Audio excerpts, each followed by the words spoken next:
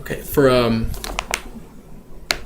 my presentation over the paper, which I wrote about, was about the intern. I don't know if you can see this backwards, but it was over the intern. It's more of a memoir, an epic memoir. That's pretty much a definition, but it's written more about Dr. Sandeep Johar, who is through his rough times through med school and how he nearly struggled all 3 years, how he was ahead of his class and went in early, actually graduated early, instead of 5 did 4 years, and started his internship, which at first was kind of seen as a big mistake, but soon was seen as kind of a rite of passage among his peers.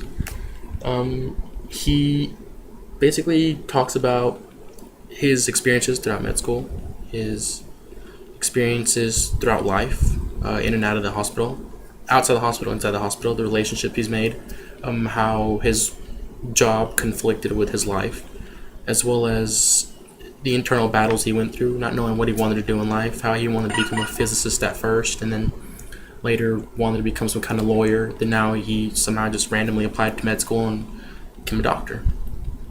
He kind of saw it as how he followed in his brother's footsteps, because his brother was actually a leading cardiology at the hospital he was interning at, surprisingly.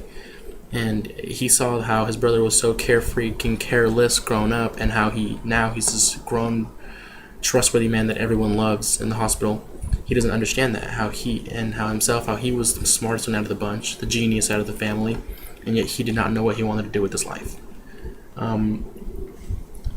The genre, I would say, is basically more, of course it's an epic, but it is more of a glorification of the past, because throughout the whole book Dr. Johar keeps on highlighting people in his life that made a difference, as his girlfriend that when he met in college that passed of lupus. The fact that she passed away, he felt helpless, he couldn't do anything to help her, kind of helped him, lead him towards more of the medical pathway, I guess you could say. Decided to take a job or an internship there, as it kind of led him to go to med school. More so inspired him. Especially past memories like his family, how they struggled and how they suffered constantly.